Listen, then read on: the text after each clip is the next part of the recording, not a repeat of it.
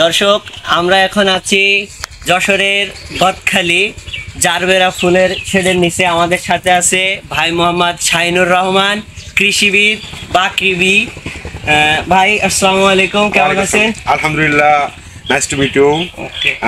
আমরা যে জারবেরা ফুলটা দেখতেছি এটা মূলত একটা আফ্রিকা মহাদেশের ফুল, তবে দক্ষিণ এবং আমাদের এশিয়ায় প্রচুর চাষ হচ্ছে এবং এই ফুলটা বর্তমান ব্যাপক একটা চাহিদা আছে এবং বাণিজ্যিকভাবে এটা খুবই চাহিদাপূর্ণ, কারণ এই ফুলটা অনেক দিন লাস্টিং করে এবং অনেক দিন মানে আপনার ডাটা কেটে ফেলার পরেও অনেক দিন থাকে। তার জন্য বিভিন্ন বিয়ে বা বিভিন্ন প্রোগ্রামে দূর দূরান্ত থেকে সংগ্রহ করা যায় এবং অন্যান্য ফুলের মতো সহজে নষ্ট হয় না, যার ফলে এবং বিভিন্ন রঙিন ফুল হওয়ার কারণে এটা সবার কাছে একটা খুব পছন্দনীয় ফুল।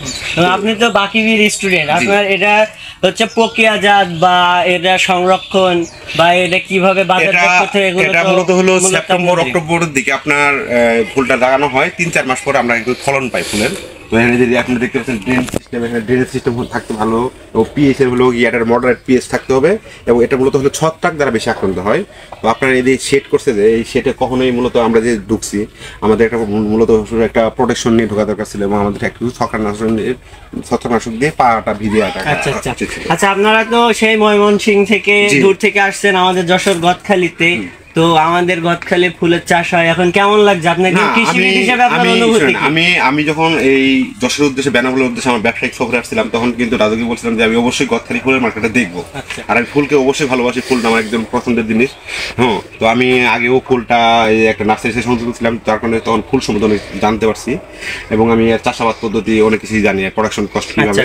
তো কেউ যদি বলে যে আমাকে কাছে যদি পরামর্শ লাগে জারবেরা কিভাবে পদ্ধতি চাষ করবো বা কিভাবে যে কোনো ফুল আমার কাছে যদি কেউ জানতে চাই যে আমি বাণিজ্যিকভাবে চাষ করতে চাই, তখন আমি আমার তাকে আমি ফ্রিতেই হেল্প করবো, এর কোনো কষ্ট লাগবে না এবং তার জন্য কোথায় চারা পাওয়া যায়, কোথায় বীজ পাওয়া যায়, সবকিছু আমি তথ্য দিতে পারবো। পাশাপাশি আপনি তো একজন নিজে আমদানি রপ্তানিকারক, আমাদের ভাই একজন আমদানি রপ্তানিকারক, বীজের ব্যবসায়ী। সে ইন্ডিয়া থেকে সমস্ত প্রকার ইন্ডিয়ান বীজ ইম্পোর্ট করে এবং বাংলাদেশে সরবরাহ করে থাকে।